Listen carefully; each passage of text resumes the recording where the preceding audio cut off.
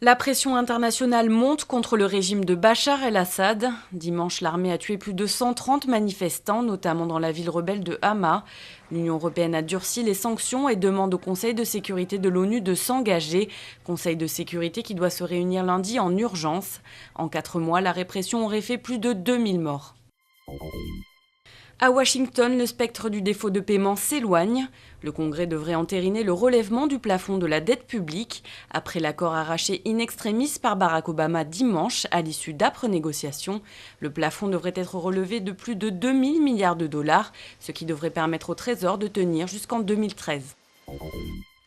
9 mois après le scandale du Mediator, le ministre de la Santé Xavier Bertrand trace les contours d'un nouveau système du médicament.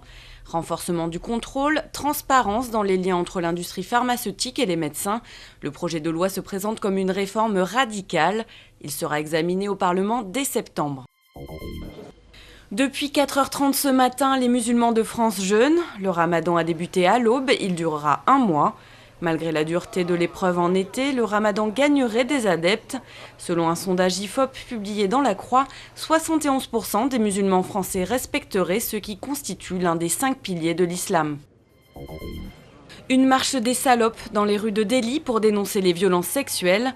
Sur le modèle de leurs consoeurs canadiennes, britanniques ou encore coréennes, des centaines d'indiennes ont défilé pour dénoncer la hausse inquiétante du nombre d'agressions sexuelles. Une première dans un pays où la croissance économique rapide a permis aux femmes de s'émanciper sur les plans professionnels et personnels.